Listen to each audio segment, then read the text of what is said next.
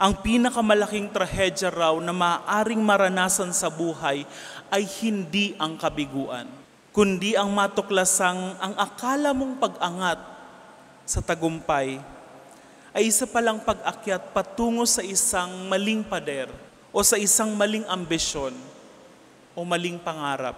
Maaring igugol natin ang ating buong buhay at ubusin ang ating buong lakas para sa isang ambisyon o para sa isang pangarap. Maaring paguri natin ang ating sarili sa paghahanap ng isang kayamanan o isang pag-ibig na hinahangad.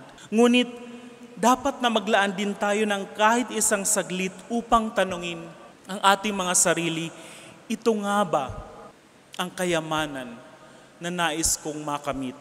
Ito nga ba ang pangarap na inaasam ng aking puso?